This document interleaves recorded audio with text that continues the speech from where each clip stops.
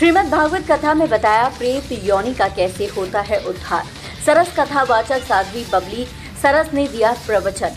उमड़े सैकड़ों श्रद्धालु। पहाड़पुर बाबा जी का मेला स्थल पर श्रीमद् भागवत कथा का आयोजन जारी है, जिसमें एटा के भरलेली से साध्वी कथावाचक बबली सरस वाचिका द्वारा श्रीमद् भागवत कथा से किस तरह मानव का उद्धार होता है को लेकर वर्णन किया। उन्होंने कहा कि लोग कह देते हैं मानव जन्म पाने के बाद भगवान की भक्ति करने के बाद जीवन का उद्धार होता है। कथा का उद्देश्य है कि एक प्रेत योनि में पहुंच जाने के बाद अगर भक्ति से भटक जाता है तो उस प्रेत योनि में जाने वाले जीव द्वारा कथा का श्रवण करने से उसका भी उद्धार हो जाता है। श्रीमद् भागवत कथा में जयलाल शाक्य परीक्षित, प्रेमवती देवी, नन्नू राम शाक्य एवं सोनकली देवी, अध्यक्ष बलवेंद्र सिंह संग समस्त ग्रामवासी मौजूद रहे। सैकड़ों श्रद्धालुओं की भीड़ उमड़ती रही।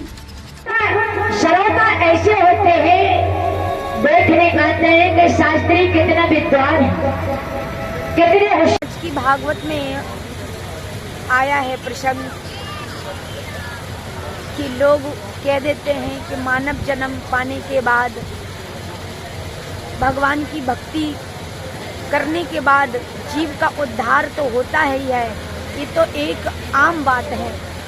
आज की कथा का प्रसंग है कि एक प्रेत योनि में पहुंच जाने के बाद भी जीव अगर भक्ति में भटक जाता है, रास्ते में भटक जाता है, तो ये श्रीमद् भगवत कथा उस प्रेत योनि में जाने वाले जीव का भी उद्धार कर देती है।